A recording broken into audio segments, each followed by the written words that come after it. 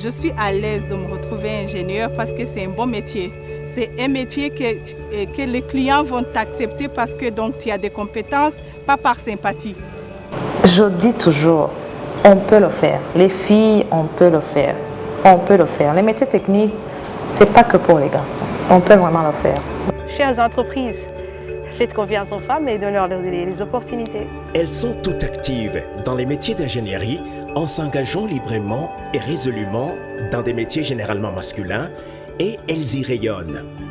Francine, Ange et Elvanie représentent des milliers de filles et femmes capables de les emboîter le pas. La femme n'est pas fragile, on le sait. Par contre, les femmes, ce qu'elle fait, c'est pas remarquable. Ce qu'elle fait à la maison, c'est beaucoup de travail, mais il fait un travail assez long, sur un temps vraiment trop long, mais c'est pas, à la fin, tu peux pas vraiment réaliser ce qu'elle a fait, mais elle a travaillé beaucoup et dur. Elle a besoin d'être accompagnée pour être sur ce chemin d'orientation.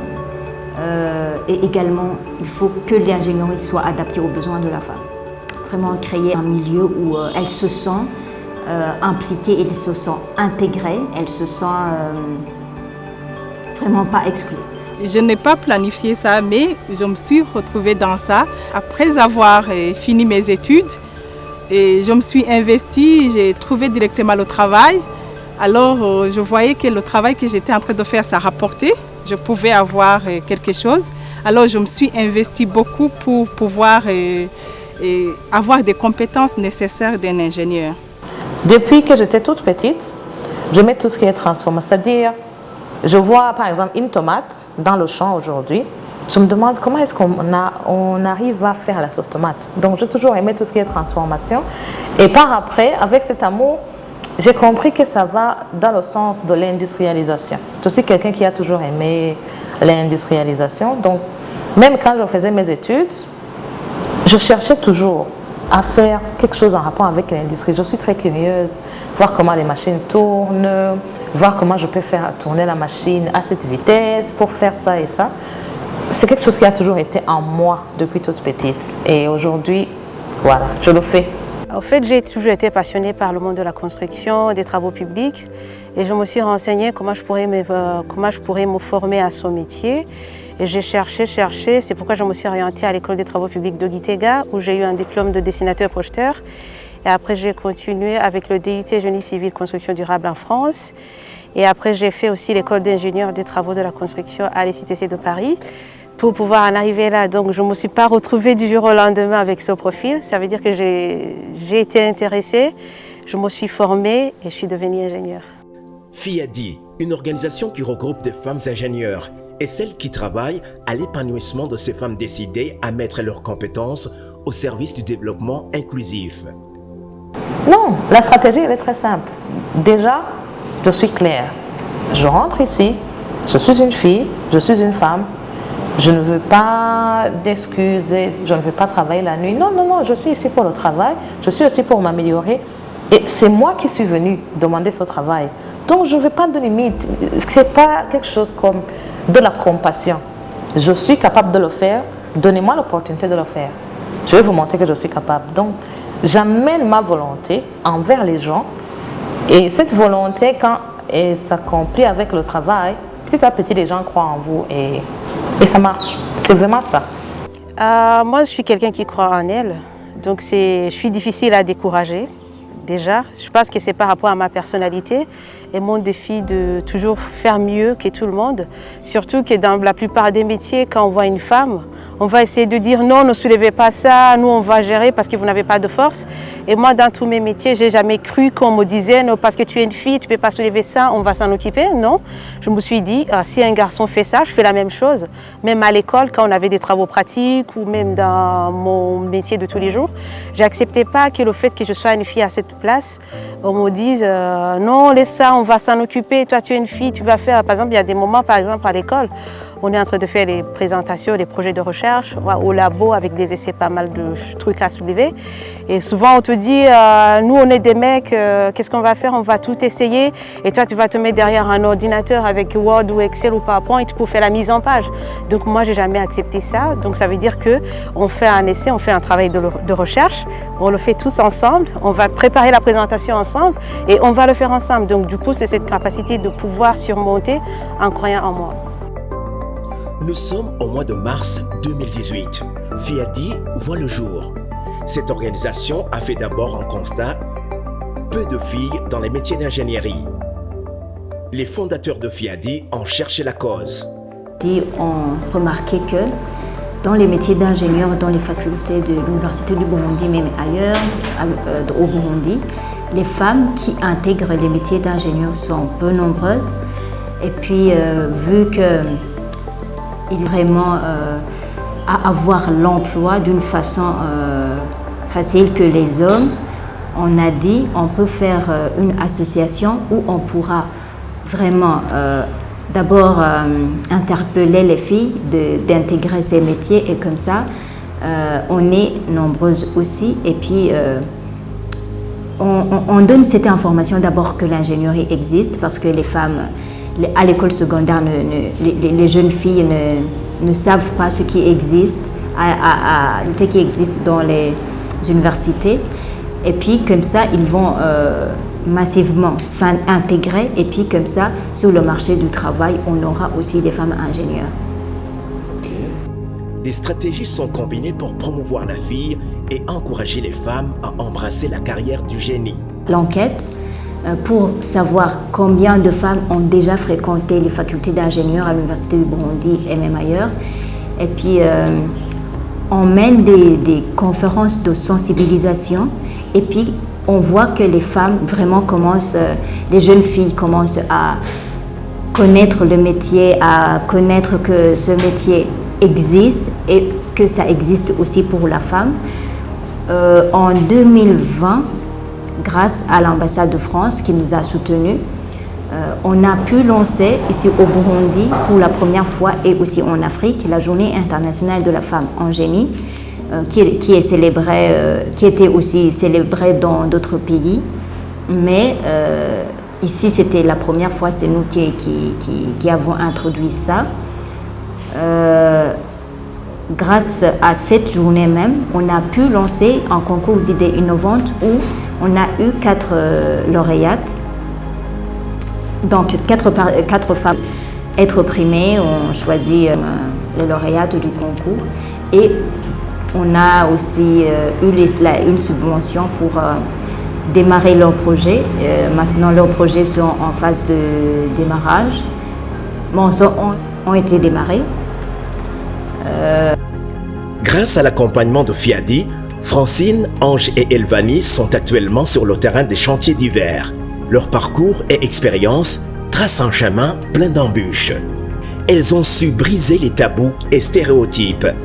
Elles ont gagné la bataille. J'ai eu beaucoup de défis quand j'ai vu que je suis dans l'école d'ingénieur. Mes parents n'étaient pas du tout d'accord.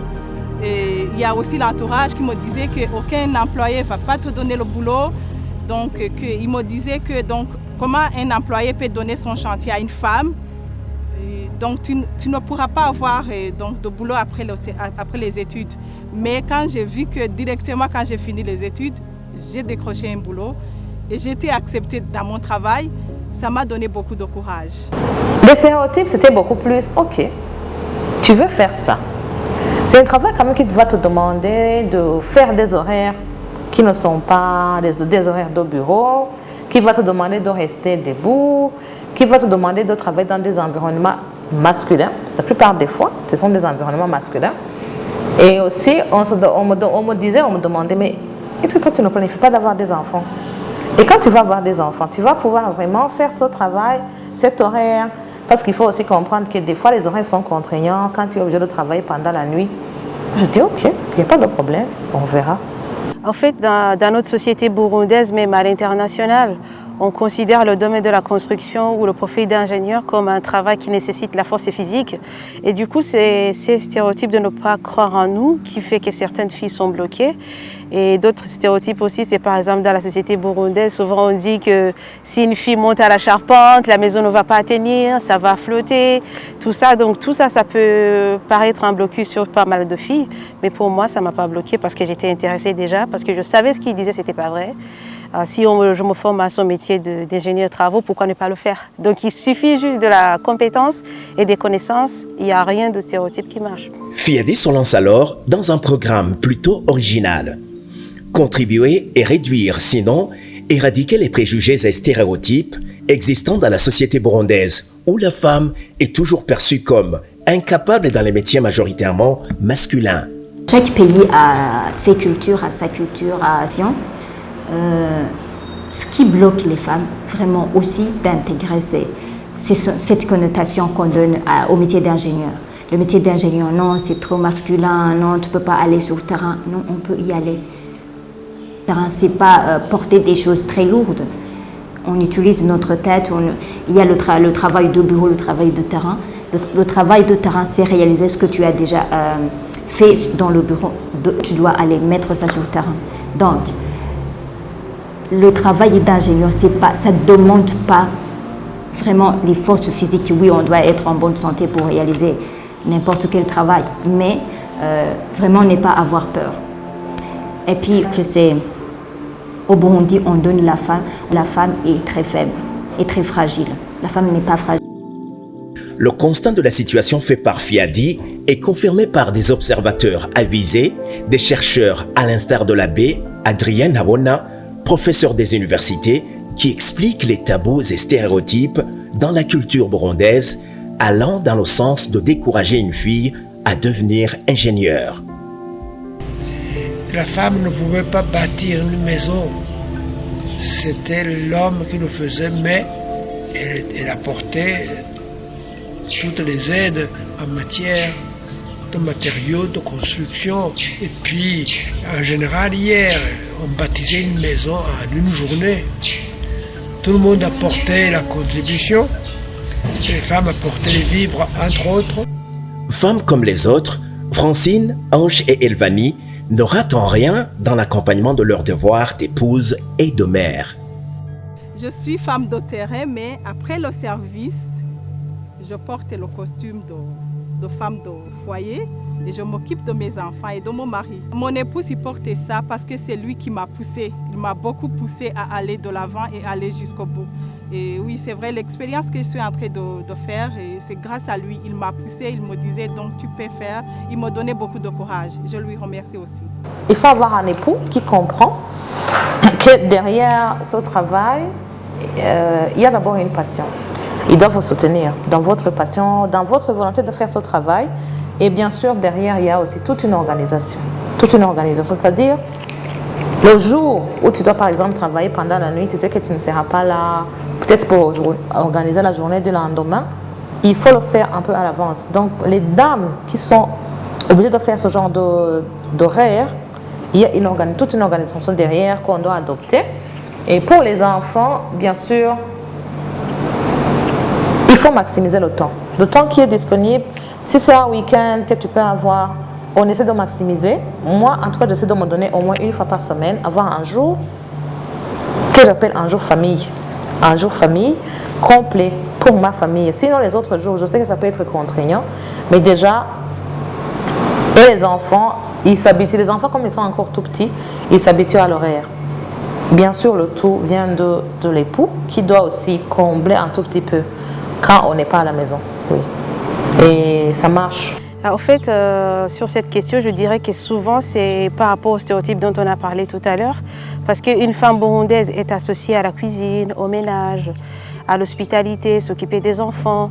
Mais en 2022, je trouve que c'est ne plus d'actualité parce qu'il faut laisser les femmes saisir leurs opportunités. Et dans ça, j'appelle tout le monde, que ce soit les époux, les pères, les frères, à laisser les femmes aussi aller mieux. Je pense qu'une femme mérite mieux que rester à la maison. Je ne dis pas qu'il ne faut pas qu'elle reste à la maison, qu'elle ne s'occupe pas des enfants, mais il faut laisser ces femmes travailler comme elles veulent. Et en les laissant, ça leur permettra de trouver l'équilibre dans leur vie professionnelle. Moi, ça ne m'empêche pas d'avoir un mari ou un enfant, en même temps travailler. Le même temps qu'une femme va se réveiller pour être instructrice ou secrétaire, c'est la même heure que je vais me réveiller pour aller au travail. Donc il n'y a rien de dramatique, il n'y a rien d'extraordinaire, c'est juste un travail comme les autres. Sauf que ce n'est pas perçu de la même façon pour la société. Donc on va trouver normal qu'il y a une femme qui est dans une boutique, une femme qui est ailleurs, une femme qui est dans la pharmacie, une femme qui est médecin. Mais tant que tu sors de ce domaine pour être électromécanicien, ingénieur, architecte, ça va commencer à dire « Ah ouais, c'est une femme ». Et pourtant même on te dit que voilà, une femme dans un chantier, c'est un garçon manqué, c'est une femme qui ne porte pas de boucle, c'est une femme qui ne porte jamais de robe. Donc c'est des choses comme ça qu'il faut que la société arrive à concilier pour considérer le métier d'ingénierie comme le métier de tous les jours.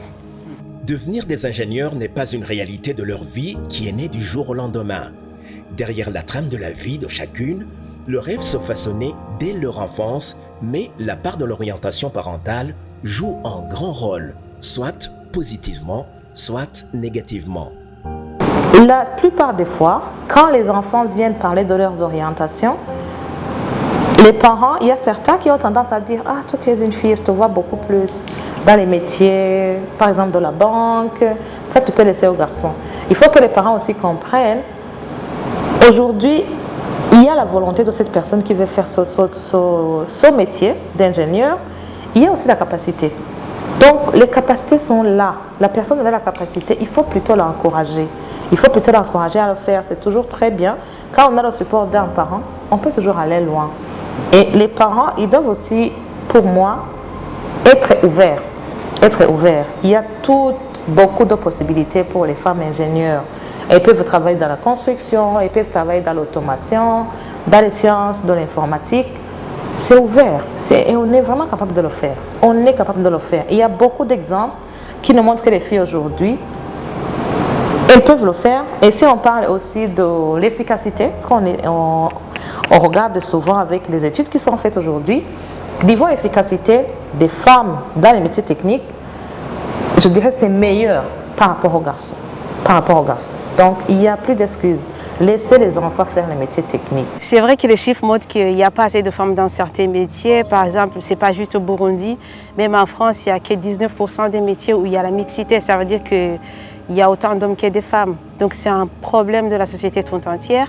Et ce que je dirais à ces jeunes petites filles ou à ces parents qui ont des enfants, c'est laisser les enfants s'exprimer. Par exemple, moi, quand je me suis lancée dans cette carrière, c'était vers 2012.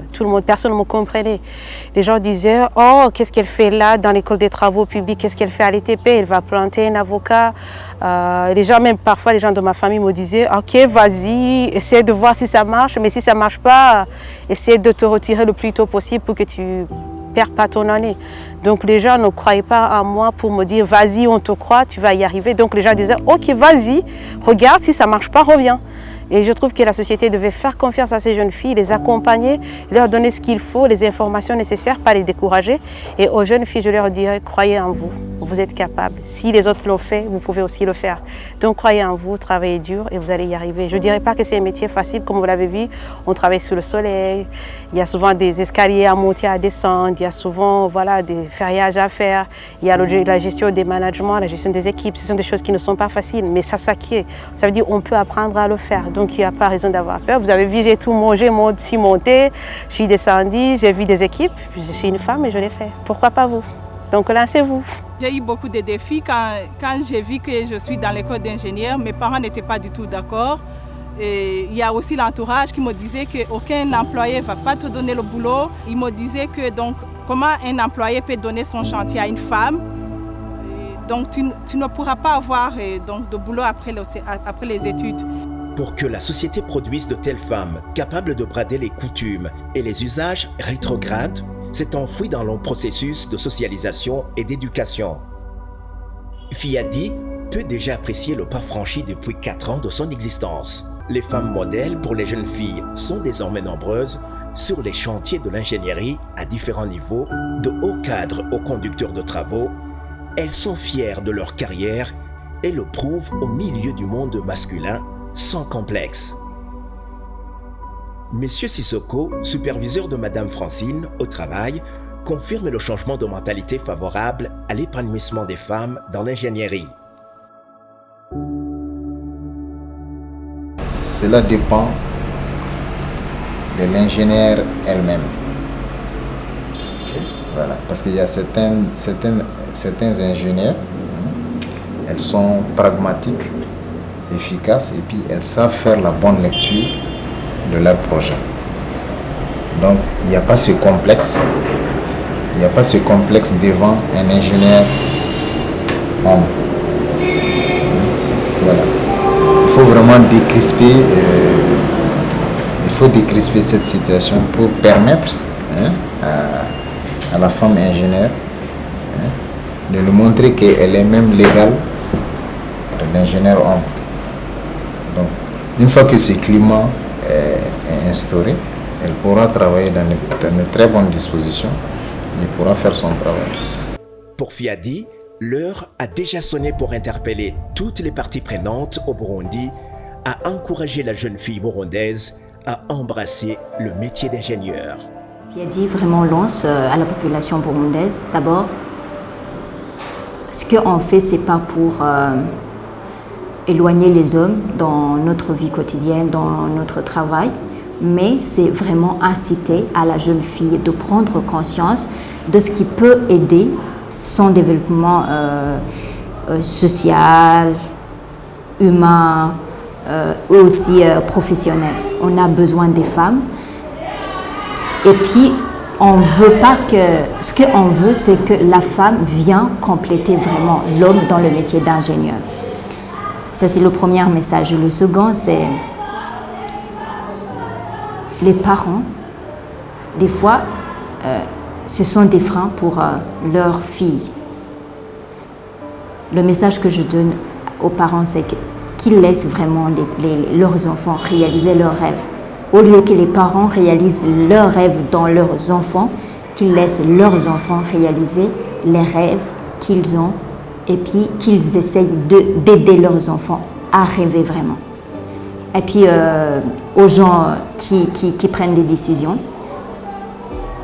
le problème que aussi on constate, ils n'ont pas d'informations sur ce qui existe comme carrière. Les gens qui orientent, qui essayent vraiment les jeunes filles s'orientent à l'université, qu'ils donnent les facultés qui existent et le faire un telle autre faculté.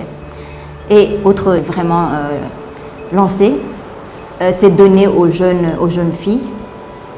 Le cerveau n'est pas sélectif comme je l'ai dit tout à l'heure. Vraiment qu'ils n'aient pas peur d'ingénieur.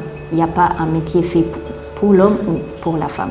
On a besoin les femmes et les hommes pour se compléter afin de construire un monde meilleur, un monde complet.